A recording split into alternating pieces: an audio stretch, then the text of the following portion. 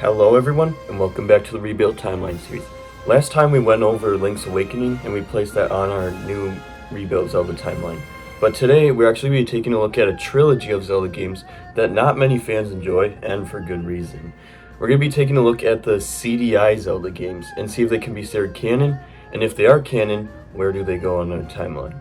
So without further ado, let's get right into this one.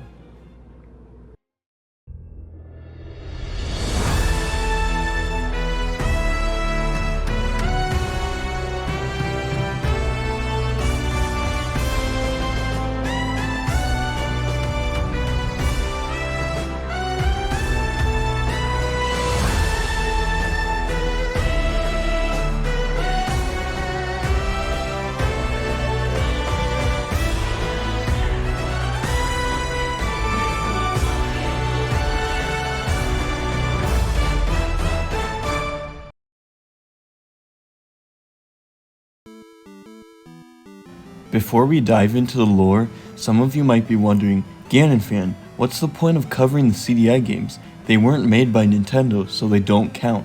While yes, Nintendo didn't develop the CDI games, they did have a part in the creation of this trilogy. You see, in the early 90s, Nintendo partnered up with Sony to gain access to the CDI technology that Sony had used for their games. They partnered up in order to create the PlayStation, but soon after, the two companies had their fair share of disputes against each other due to multiple disagreements, and Nintendo decided to abandon their partnership with Sony and instead joined the Philips company, which also heavily utilized the CDI technology. Nintendo gave the rights of their main IPs to Philips, and thus the Zelda CDI games were born. Unfortunately, the development of the three games were heavily rushed, and budgets for the games were extremely low, resulting in the products that get heavily criticized to this day. So while Nintendo didn't develop the CDI games, they gave the thumbs up to Philips to create these games, which is why I am allowed to cover the lore of the CDI games and potentially place them on the timeline. So now that I've explained myself a bit, let's not waste any more time and get right into the analysis. The first CDI game we will go over is Link, The Faces of Evil. In the beginning, Link and King Harkinian are just chilling in Hyrule Castle, when out of nowhere the wizard Ganon shows up and explains that Ganon and his minions have taken over the island of Koridai, and that it has been prophesied that only Link can defeat Ganon.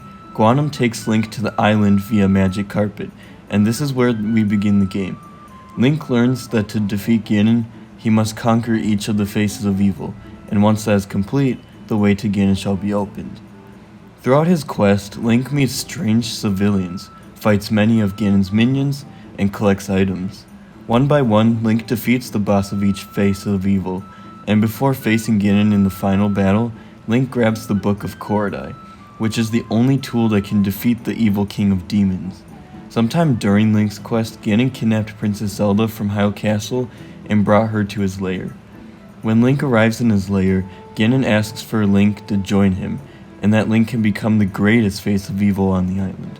Of course, our hero Link doesn't fall for this bargain, and seals Ganon away using the Book of Koridai.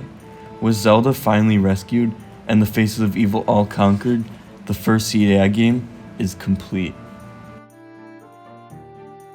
The second CDI game that was released at the same time as Faces of Evil is Zelda The Wand of Gamelon. This game was very similar in format to the previous game, except in this game, you play as Princess Zelda for the first time in the series.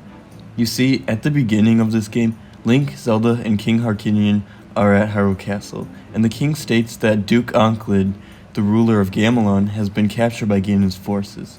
To be of some help, the king decides to take the Triforce of Courage and leave Hyrule, and states that if he isn't back in a month, send Link to his rescue. Sure enough, a month passes, and the king still hasn't returned, so Link is sent to Gamelon to save the king. However, he doesn't return either, and Zelda decides to take matters into her own hands. Along with Impa and the Triforce of Wisdom, she leaves for the island of Gamelon and begins the main quest in the game to free Link and King Harkinian. For most of the game, it's a lot like the first one where you visit certain levels, defeat a boss there, and unlock the next level. The only difference is the story, setting, and the character you play as. But anyway, at some point in the game, Zelda learns that Duke Onkled betrayed King Harkinian and was secretly working for Ganon. After acquiring the Wand of Gamelon, Zelda stormed through Resound's palace, where Ganon and the Duke were hiding. Once again, Ganon was sealed within the Book of Korodai, and Princess Zelda was able to free her father. Oh, and if you didn't know by now, this woman here trapped Link in a mirror for the entire game, so that's that, I guess. But anyway, once everyone arrives back in Hyrule, and the king makes Duke Onkled scrub the floors of Hyrule Castle, the second CDI game ends. The last CDI game, Zelda's Adventure, came out 2 years after the first two CDI games, and was developed by a different team altogether, hence why this game looks so different from the other two. In this quest, Princess Zelda is once again sent on a quest to beat Ganon, but this time, the adventure takes place in a southeastern part of Hyrule called Tolmac. In short, Ganon at some point stole the 7 celestial signs of Tolmac, and kidnapped Link, and the princess must embark on a quest to free the celestial signs. Like the other two games in the trilogy, Zelda's Adventure isn't really that complex. All Zelda does really is go around to each shrine in the game, which are essentially the dungeons, and defeat the bosses known as the Shrine Keepers. And once all the celestial signs are free, Zelda faces off Ganon in the final battle. When the Lord of Darkness is defeated, he isn't trapped inside a book this time, thankfully. Instead, Ganon turns into a tornado and isn't seen again.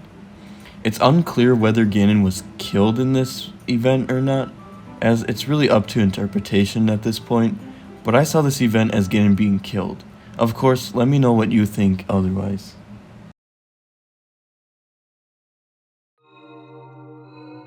Now that we have covered the lore of all the CDI games, we have to make the final decision. Are the CDI Zelda games canon?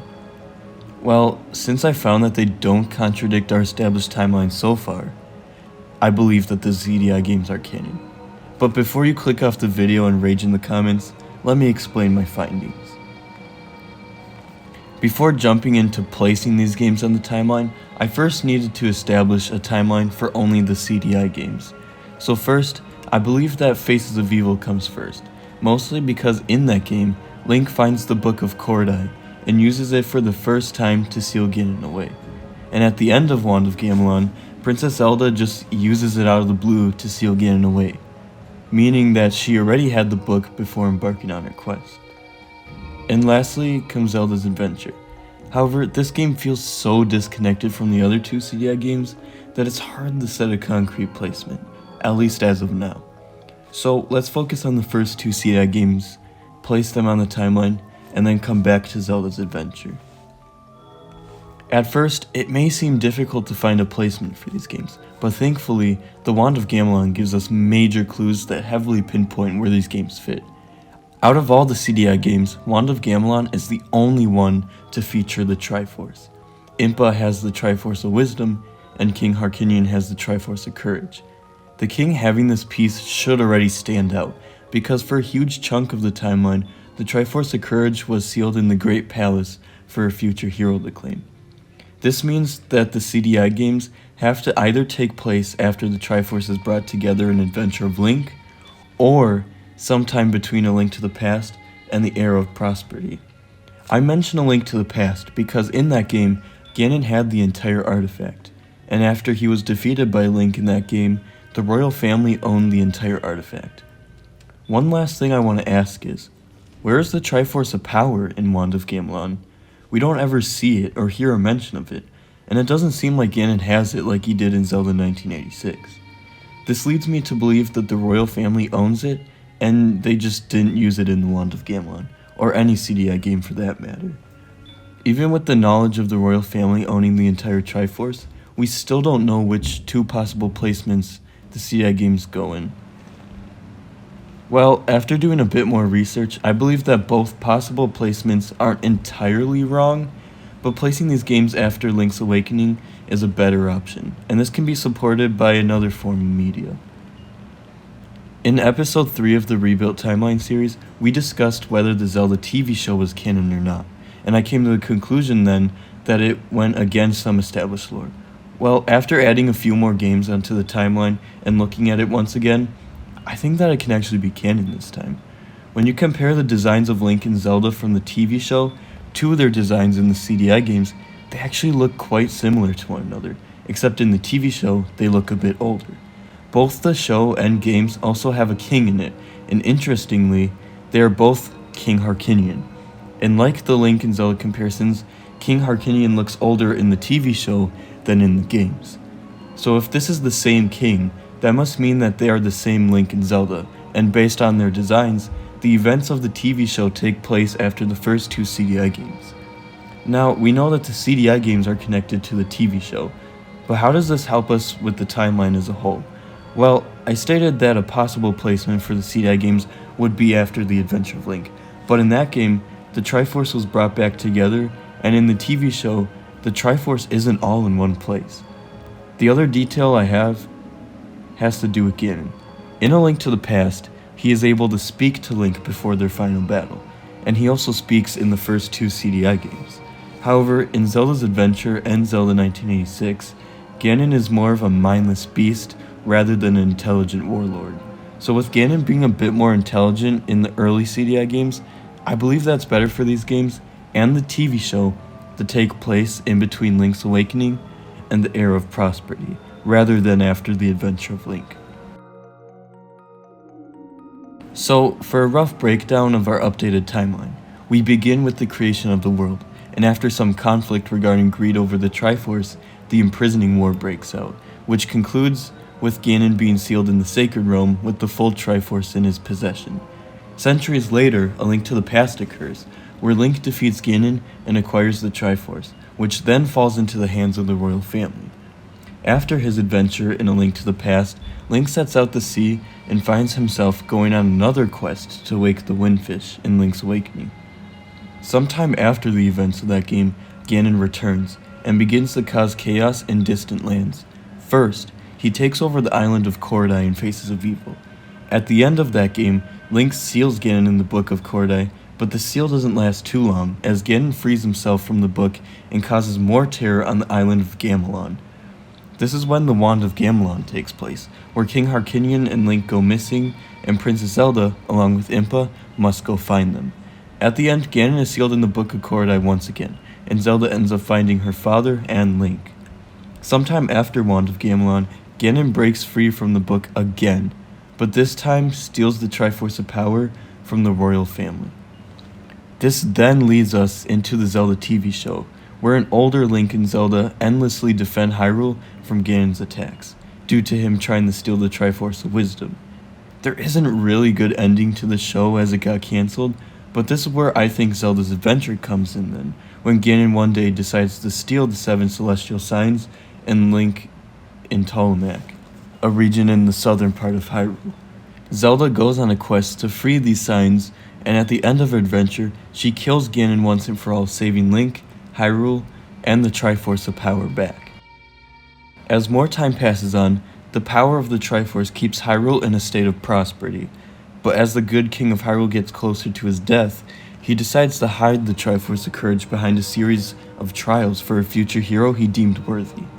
After his death, the prince searches everywhere for this piece, but he never finds it. After interrogating his sister, Princess Zelda, the magician by his side curses the princess into an eternal sleep. After this tragedy, Hyrule declines and falls into a state of chaos. Over time, when the kingdom was at its weakest, Ganon returned somehow, and like before the Zelda TV show, stole the Triforce of Power. He almost stole the Triforce of Wisdom as well, but luckily, the Princess Zelda of this time took it and broke it into 8 pieces, which were scattered throughout the underworld in a smaller region of Hyrule. A new hero is soon found, and Zelda 1986 takes place, where this Link brings these scattered pieces back together and defeats Ganon, saving Princess Zelda and getting the Triforce of Power back. This hero then helps rebuild the kingdom for a while, but one day on his 16th birthday, the mark of the Triforce appears on his hand, and he learns of the good king of Hyrule's trials, and in the Adventure of Link, goes on a quest to find the Triforce of Courage.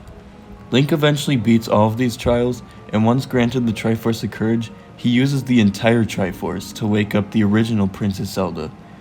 And with the royal family in possession of the full Triforce once again, the era of chaos finally came to an end. So that, everyone, wraps up the video, and that is our updated Zelda timeline. Now, I strongly believe that these games are considered canon. However, I had such a hard time figuring out where these games even go, and I'm still not 100% confident in where I placed them in this video. But of course, if you guys disagree with me or have placements that you think could be better, please let me know in the comments, because I could change my mind and we can always go over them in a future video of the series.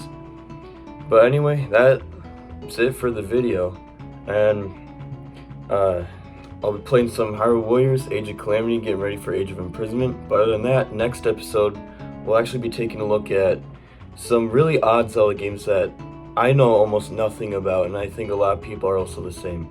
But have an awesome rest of your day, and I'll see you on our next adventure.